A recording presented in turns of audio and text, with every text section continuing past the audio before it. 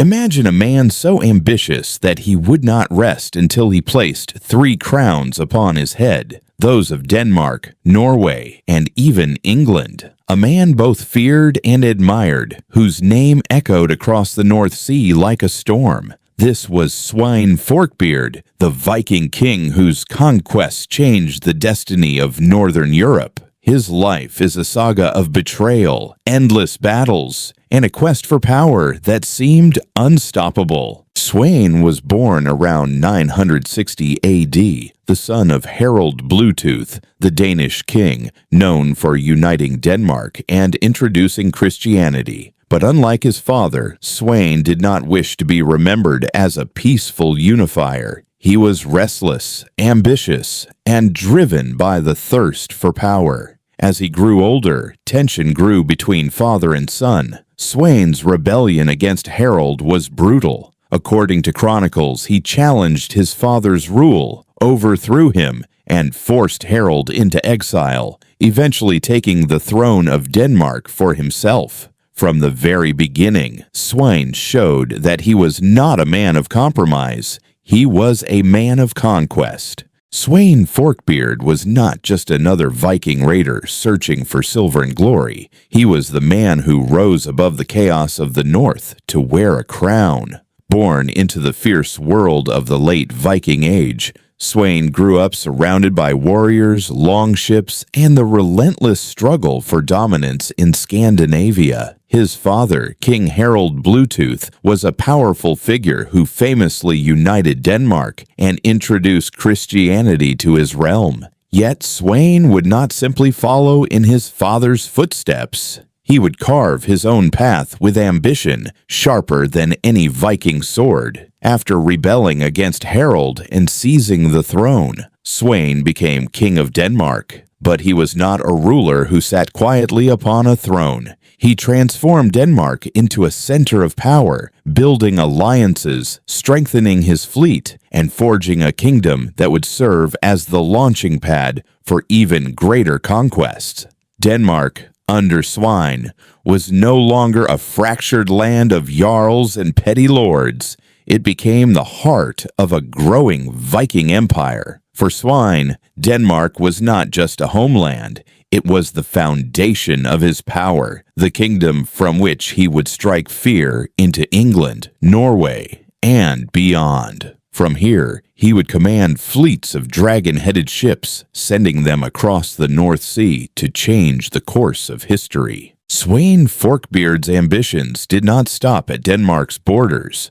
To the north lay Norway, a rugged land of mountains, fjords, and fierce warriors. Norway was no easy prize. It was a realm marked by constant rivalries between jarls and kings, where loyalty was as fleeting as the northern sun. Yet Sweyn knew that to dominate the north, he needed to bring Norway under his rule. The opportunity came through blood and betrayal. Sweyn allied himself with powerful jarls who opposed King Olaf Tryggvason, the bold Christian king of Norway. Olaf had angered many by forcing his new faith upon his people with fire and sword, dismantling the old pagan ways. Sweyn, though baptized, understood the value of exploiting discontent. He gathered allies, including the Swedish king Olaf Skutkonung and the formidable jarl Eirik Hakonarsson, forging a coalition too strong for Olaf to ignore. The decisive moment came at the Battle of Svolder around the year 1000, a clash that would echo through Viking sagas for centuries. On that fateful day, fleets assembled on the Baltic Sea. Sweyn's coalition lay in wait, hidden among the islands, while Olaf sailed confidently with his smaller fleet, unaware of the trap. When the ambush was sprung, chaos erupted on the waters. Longships rammed and splintered, arrows darkened the sky, and steel rang out across the decks. Olaf fought with legendary courage, refusing to surrender. His ship, the Great Long Serpent, became the last stand of a doomed king. Surrounded and outnumbered, Olaf chose death over capture, leaping into the sea and vanishing beneath the waves. With his fall, Norway's fate was sealed. Sweyn's victory was not only military, it was strategic genius. By helping topple Olaf and installing loyal allies to govern Norway, Sweyn extended his influence deep into the Scandinavian world. Norway became part of his sphere of power, its harbors and fleets serving the greater ambition of the man who was no longer just king of Denmark, but a true overlord of the north. If conquering Norway proved Sweyn Forkbeard's strength as a warrior and strategist, it was England that would test his ambition to the fullest. Across the North Sea lay one of the richest kingdoms in Europe, a land of monasteries overflowing with silver, fertile fields, and bustling towns that had long been the target of Viking raids. But Sweyn did not want mere plunder. He wanted a crown. For decades, England had suffered under waves of Norsemen. Viking raids had begun long before Sweyn, but he raised them to a new level of devastation. Year after year, his fleets descended upon the English coasts, striking with fire and steel. Monasteries burned, villages were emptied, and terrified kings paid vast sums of Danegeld, tribute money, to buy peace. Yet peace never lasted, for Sweyn's hunger grew with each victory.